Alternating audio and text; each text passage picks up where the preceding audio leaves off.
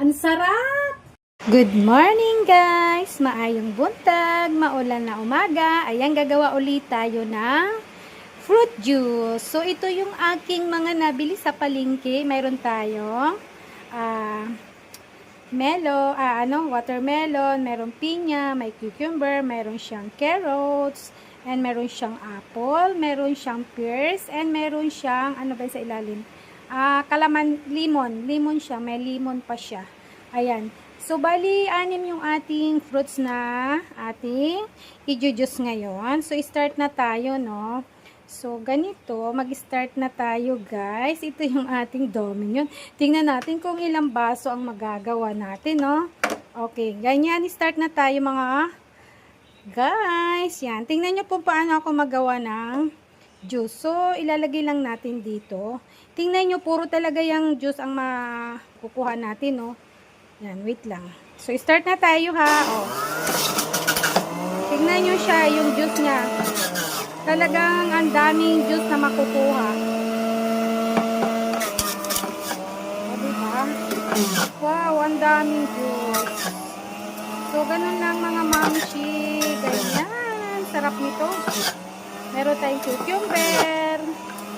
May watermelon. Meron tayong carrots. Okay? Ganyan. Sarap nito. And meron tayong orange.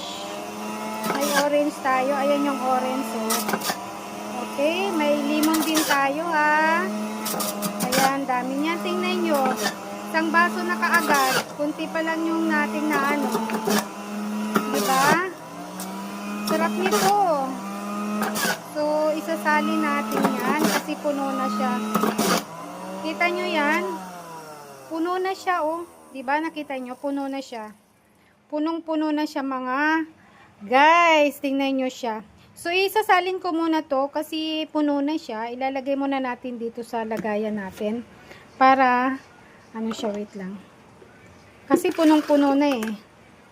So, 3 kami naman na iinom nito. Talagang dinamihan ko na.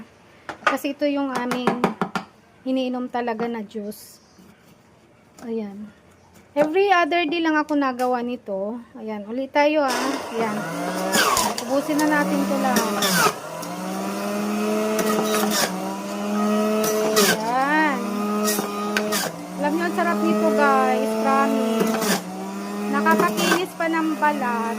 At saka, guys, alam nyo, sarap ng pakiramdam kapag nainom ka ng prutas. Tapos parang hindi ka nagugutom. Yung